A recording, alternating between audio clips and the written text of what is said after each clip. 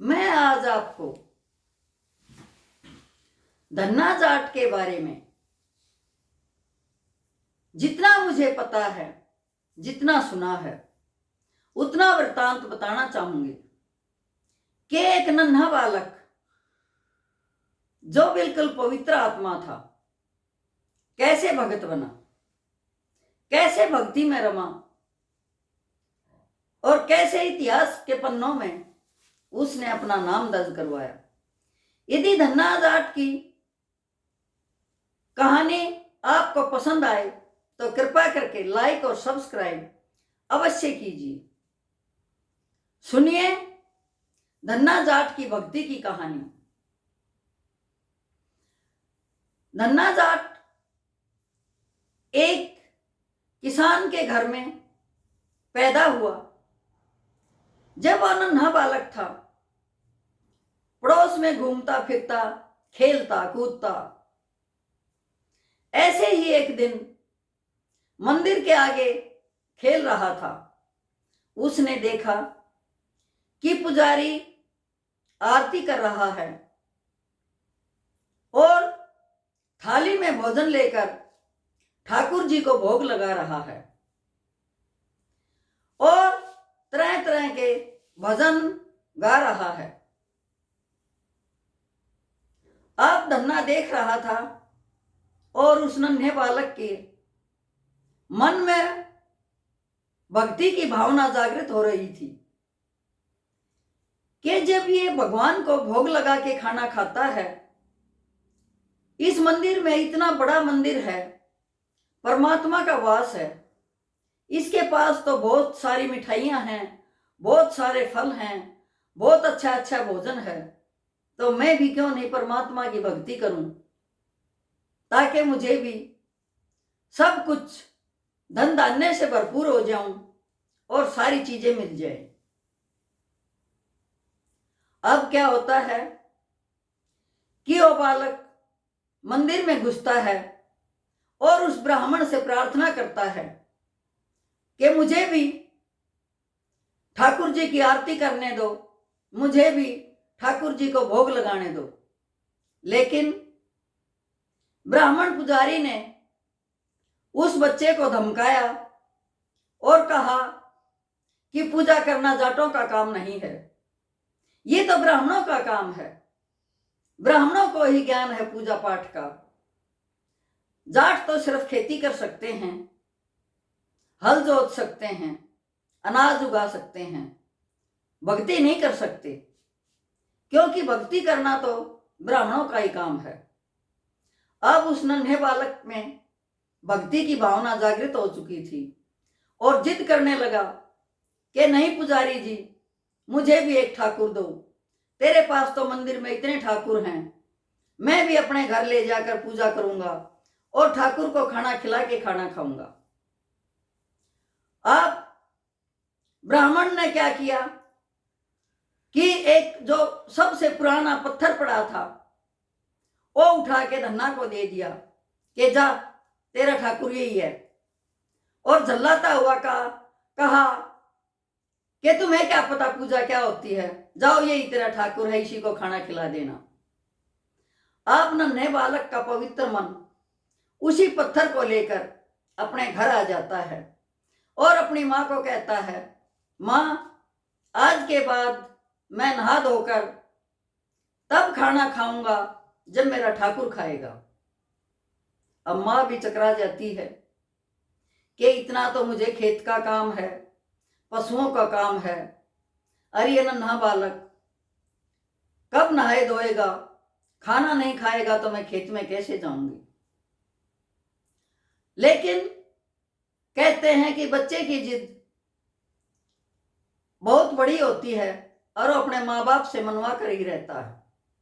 अब धन्ना सुबह उठता है, नहाता धोता है, हरेक अपने कार्य से निवृत्त होकर जब उसकी माँ भोजन बनाती है तो पहले कहता है कि ठाकुर जी के लिए भोजन लगाओ।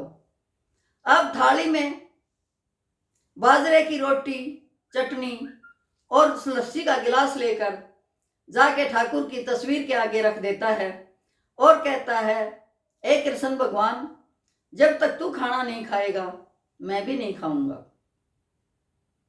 अब नन्हे बालक की जिद देखकर माँ बहुत परेशान होती है, सोचती है कि ये जिद्दी बच्चा है, खाना नहीं खाएगा। खेत में चली जाती है, आती है तो क्या देखती है कि वो बच्चा वहीं सोया पड़ा है, न उसने अन्न खाया है न पानी पिया है। उसकी रोटी, लस्सी का गिलास और चटनी ऐसे की ऐसे रखी हैं। अब माँ ने बहुत समझाया, लेकिन नन्हा बालक कहाँ मानने वाला था।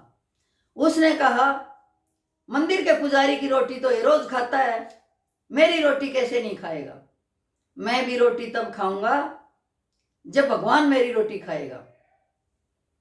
एक दिन बीत गया, 2 दिन बीत गया, 3 दिन बीत गए, लेकिन उस नन्हे बालक ने एक भी गिलास अपने मुंह में नहीं डाला, न पानी पिया, न खाना खाया, और वहीं बैठा हुआ ये इंतजार करता रहा कि कब ठाकुर जी मेरा भोजन करेंगे और उसके बाद मैं खाऊंगा। अब परमात्मा ने सोच लिया कि ये नन्हा बालक इतना जिद्दी है कि मानेगा नहीं, और उसने, परमात्मा ने कहा, बच्चे उठ, देखो मैं खाना खा रहा हूं।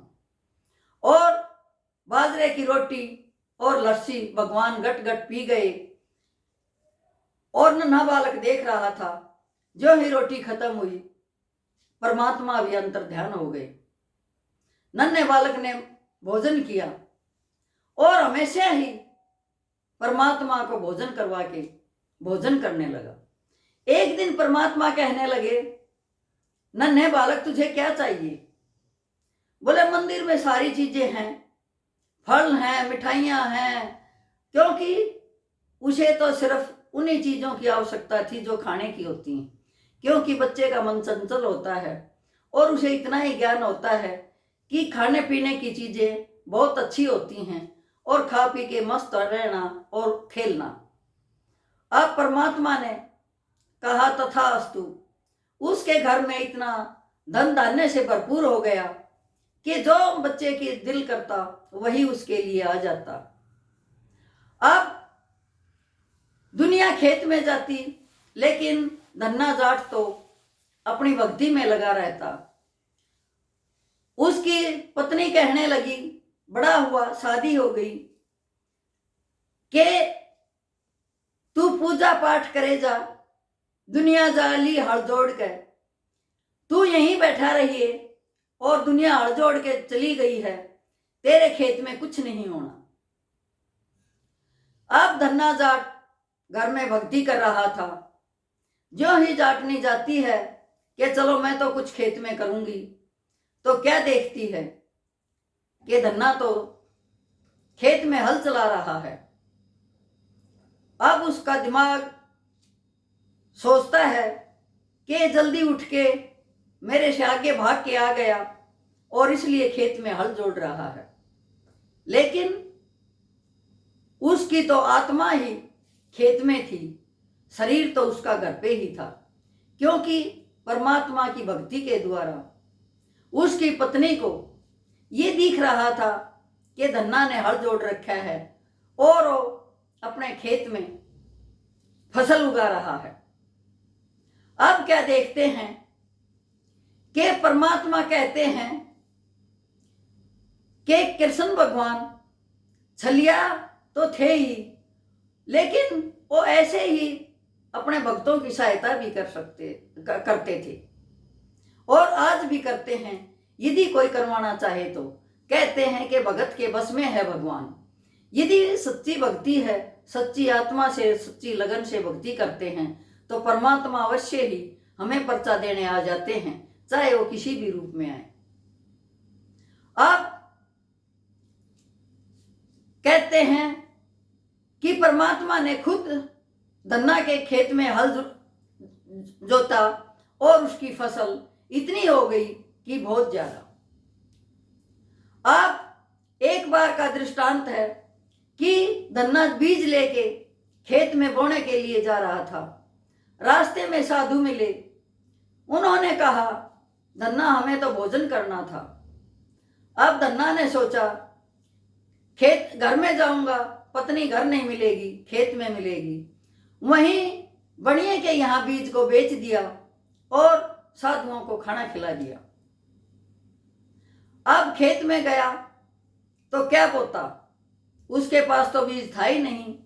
अब जो ही हल जोत के धन्ना गया, आगे से पत्नी आती हुई दिखाई दी।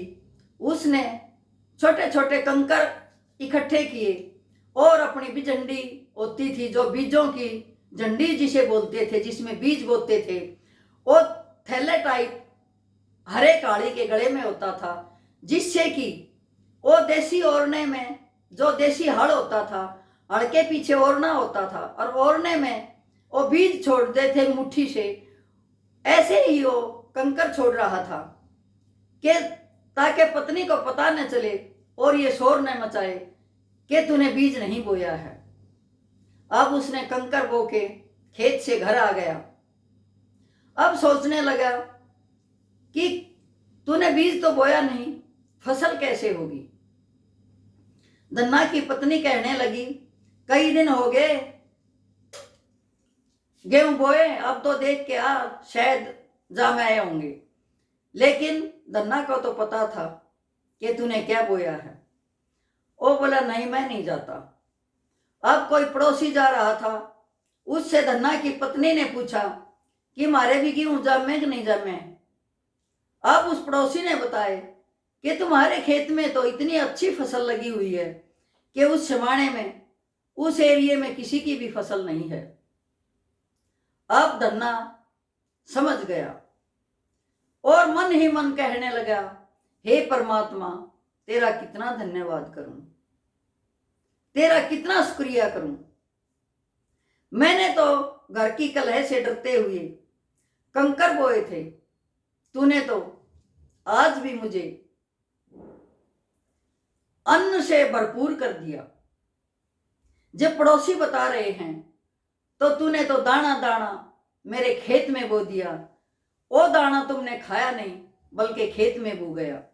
परमात्मा जितना साथ धन्ना का देता है, इतना हरेक भगत का देता है, यदि वो भक्ति करने वाला सच्चा हो। फिर एक बार क्या हुआ कि उसने फिर बीज साधुओं को खिला दिया और जाके घिया के जो बीज थे वो बो के आ गया। ऐसे ही खेत में फेंक दिए और आ गया। अब उसकी पत्नी कहने लगी, तू कमा के खागा या नहीं खागा, या इन बालका ने भूखे मारेगा। बोले, वो तो आया। अब परमात्मा ने क्या किया कि इतने तुम्बे पैदा हो गए, घिया के जो गोड़ घिया होते हैं। अब उसकी पत्नी गई देखने, बोले घर से तो बीज लेके गया था अनाज का और वहां तुम्बे बोए आया। तुम्बों को कौन खाएगा, तुम्बे तो इतने बिकेंगे भी नहीं। अब परमात्मा की भावी देखो, उसकी करनी देखो। जो ही तुम्बे पके और उन्होंने इकट्ठे किए, जो भी तुम्बा तोड़ते उनमें से 5-5 किलो अनाज निकलता। अब उसकी पत्नी भी सच्चाई को जान चुकी थी। उसने भी हाथ जोड़कर धन्ना को दंडवत प्रणाम किया कि वाकई में तू परमात्मा का सच्चा भक्त है, क्योंकि तेरे लिए तो परमात्मा हर पल तेरे सामने खड़ा रहता है, हर पल तेरी सहायता करता है। ये तो बहुत बड़े बड़े गीत और भजन भी हैं धन्ना जाट के। कितनी ही ख्याति परमात्मा की धन्ना के लिए हैं कि धन्ना के खेत में हल भी जोड़ा, लावणी भी की, उसका अनाज भी निकाला। पता नहीं क्या क्या काम किया परमात्मा ने। आज भी धन्ना जाट के किस्से तरह तरह से गाए जाते हैं, तरह तरह से किए जाते हैं।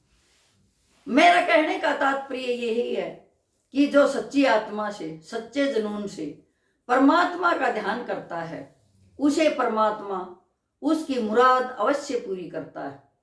चाहे कोई किसी किस्म की फरियाद लेकर भी जुनून करता है, उसकी भक्ति करता है जुनून से, अपनी आत्मा को पवित्र रखता है, अपने भाव को शुद्ध रखता है उसकी परमात्मा अवश्य ही सहायता करता है। ये थी धन्ना जाट की कहानी। यदि आपको पसंद आई हो तो कृपया करके दूसरों को भी शेयर कीजिए। ओम।